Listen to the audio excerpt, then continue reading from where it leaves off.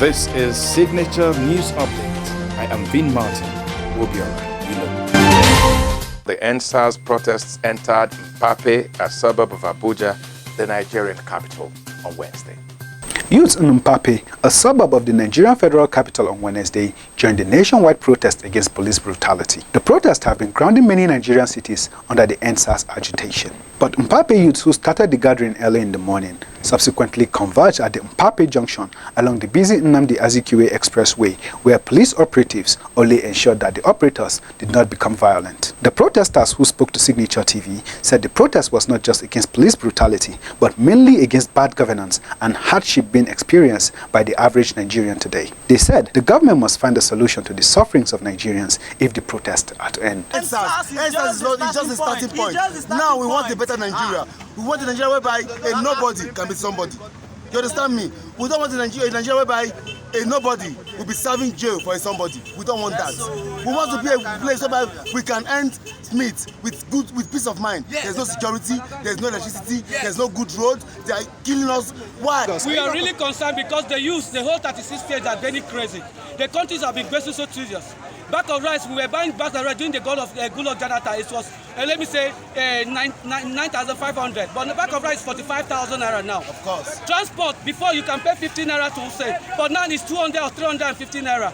If you go to Sambisa Forest, they are killing our army to protect us. Our police, who is protecting us, they are not turning to be our enemy, killing our innocent youth that have a future. Dreamers. Our dreamers that have a bright future. And most of us that we are graduates, most we have no better job. Rather we go to anywhere, we turn the news out. If you go to Papa, see courts all over. Because of what? Because of hungry. No job. Is it not a shame that government will be taking talks to attack citizens of Nigeria protesting? It's a shame. Like, it's so shameful that we can't even talk about it. Government are using talks on Nigerian citizens. It's a shame. Nigeria bleeds. That's what we can all say. The ground is thirsty for blood, and Nigerian youth are actually paying with their life. This is the country we are fighting for. This is for our born children. Is it a country to be a Nigerian? If cows can block the road, what of we that are Nigerian citizens and Nigerian youth? Is it too much to ask of? One good governance, enough is enough. For Signature TV Abuja, Abel Kure reporting. Also, there are reports that the NSAS protest in Enugu has been hijacked by the members of the Indigenous Peoples of Biafra IPOB. Unconfirmed reports say that one IPOB member has been shot as security operatives try to disperse the protesters. As the rage of protests over police brutality escalates across the country, a non-governmental organization, the CUG Foundation, now says it is time to end the protests. Members of the Board of Trustees of the Foundation say the protests are losing focus and are being taken over by interests with a different agenda from that of the organizers of the NSAS protests. The NSAS protest seems to be deviating. It seems to be garnering in a bit to stop the NSAS one way or the other, seems to be garnering ethnic coloration. Seem to be garnering tribe versus tribe, which is not the intent. I think the intention of the protesters is genuine. The youths have proved that they can stand and ask for their rights. The CUG Foundation, while addressing journalists in Abuja on Tuesday, admitted that there are situations in the country that justify the protests by the NSAS agitators. NSAS, as it is a call to end poverty. There is massive poverty. There's no denying about it. NSAS is a call to a stop to the issue of unemployment, pervasive unemployment, hunger in the land. These are the issues of NSAS. And we cannot run away from the fact that the appointees of the federal government, let me say the appointees of the president, they have not really represented the president. And they think for themselves with massive corruption, massive nepotism, and something must give. They also stated that the response of the government has not persuaded the protesters to stop their protest because the Nigerian public does not trust the government to deliver on its words. It is not enough for a pronouncement to be made that SARS has been ended. One expected that the powers that be, the office of the IG, would move ahead and set up a task force to go to different parts of the country in the open and dismantle the structures of SARS, including their hidden torture cells and places where they have remanded people unjustly. When these actions, overt and covert, are seen, so even when you are making promises, the tendency is that you are not going to get people to trust and believe that what you are promising will be done. That's why it is necessary for you to come clean to the open. Take certain steps that everybody will see. However, the CUG Foundation fears that the level of distraction across the country, the attempt to give ethnic coloration to the protests, and the lives and properties being lost in the course of the protests run against the stated objectives of the End SARS protesters. The Board of Trustees of the Foundation, therefore, called on the protesting youths to sheath their sword and engage the government to resolve all issues in contention. Former President Olusegun Obasanjo has appealed for calm and dialogue over the End SARS protests. He has asked President Muhammadu Buhari to step in and address the issues fueling the present crisis. Obasanjo said that the next few days will determine where the nation will go from the present situation. Correspondent Ebel Kure has been speaking with Dr. Fasua, an economist and politician, on the implications of the present situation. It's a very dicey situation. I think we need to be very careful still, and every utterance must be very, very gauged.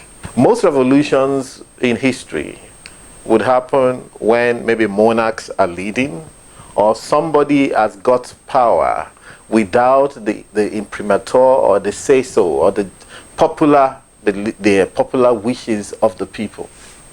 If this will be a revolution that will happen in a democratic setting, we need to be careful. What are we going to replace the government with? Is it not going to be an illegality? Or some people are also saying that, even the constitution on the basis of which the government has come in and the constitution that they have sworn to itself is illegal, and this may be a good time to throw away the baby, throw away the bathwater, and go get another baby and start afresh. So it's still very fluid. I would actually still urge caution, but we'll see how it goes. Justin Welby, the Archbishop of Canterbury, has condemned the killing of peaceful protesters in Lekki, Lagos, and other parts of the country.